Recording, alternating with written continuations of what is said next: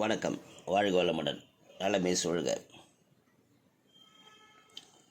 நம்ம சுற்றியுள்ள கோயில்களின் தனி சிறப்புகளை தொடர்ந்து சொல்லக்கூடிய பதிவுகளில் இப்போ நம்ம பார்க்க போகிறது பரக்காலக்கோட்டை என்ற ஒரு ஊர். இந்த ஊர் எங்கே இருக்குன்னா பட்டுக்கோட்டை பக்கத்தில் இருக்குது.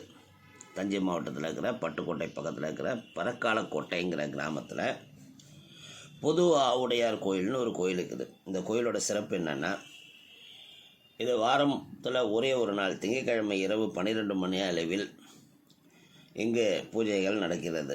மற்ற நாட்களில் திறக்கப்படுவதில்லை. ஏன் இந்த மாதிரி நைட்டில் 12 அதுவும் திங்கட்கிழமைன்னா, தில்லை நடராஜர் நள்ளிரவு பூஜை முடிந்து இங்கு தனது பரிவாரங்களுடன் எழுந்தருளுவதாக ஐதீகம். அதனால் நைட்டில் மட்டும் திங்கட்கிழமையில் மட்டும் தொடர்ந்து வழிபாடு செய்கிறாங்க.